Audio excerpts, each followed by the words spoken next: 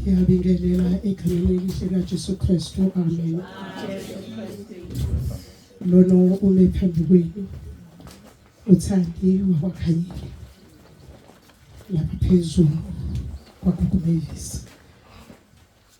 Ngiphinde ngibingelele ubaba uNtsibande noma uNtsibande, abazalwane abeze ukusivakashela endaweni yaseNgwavuma eMachobeni.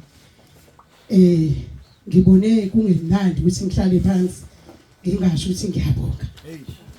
Ngibone ukuthi akumnandi ukuthi abazalwane bephuma eindaweni eziningangaka singamachoba kungabikho umuntu eMachobeni ozothi ngiyabonga ukuthi ngelinye ilanga ngahlangana noJesu. Amen. Siyabonga abazalwane, ugcine esandleni sikaNkulunkulu ngoba akekho umunye obengasigcina ngaphandle kwesandla sikaNkulunkulu. Sikhona nje sidlule ezifeni eziningi ezikhona kodwa sisala ngoba kungenxa yomusa kaNkulunkulu. Amen. Kuvela ama-COVID ebabhuqa abantu sasala. Kwavela ongculaza bababhuqa abantu sasala kungenxa yomusa kaNkulunkulu. Namanje siyabonga sithi kumusa kaNkulunkulu ukuthi namhlanje kusuke indlu kaNkulunkulu eindaweni eziningi. Iyacabanga ukuthi lele kufanele siye eMachobeni siyokhuluma ngezwi kaNkulunkulu. Kumusa kaNkulunkulu, cha uNkulunkulu umntwana nje kaNkulunkulu bakithi ngehlukene nesona. Ngihamba nje ngiyazizwa noma ngifulathele ngumama nje ophathekayo. Amen. Ngumama nje ngithi mangihamba ngizwe ukuthi ngumama wengane. Amen. Angisiyo umama ophambanisa ukuhamba. Ngihamba nje ngiqonde ngoba ngifuna ukuthi izingane ezami nezizemva kwami nezingibukayo nengisonta nazo zazi cha umama lona ongaphambanisa ivangeli. Uma ngabe ku wrong nje wrong nje, ugood.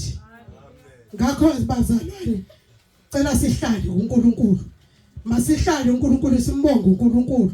Kuyintokozo lokho, kumusa kaNkulunkulu ukuthi eMachobeni sihanjele abantu engangabazi ukuthi bayogcina befikile lapha endaweni yaseNgwavuma. Ngibazi ngisendaweni yaseMpangeni eMatshana.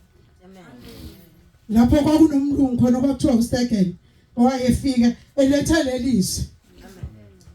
Siyambonga uNkulunkulu ukuthi namhlanje ubaba uNtsimande bathe asike siye eMachobeni sobakhombisa ukuthi cha lisekhona lelizwi.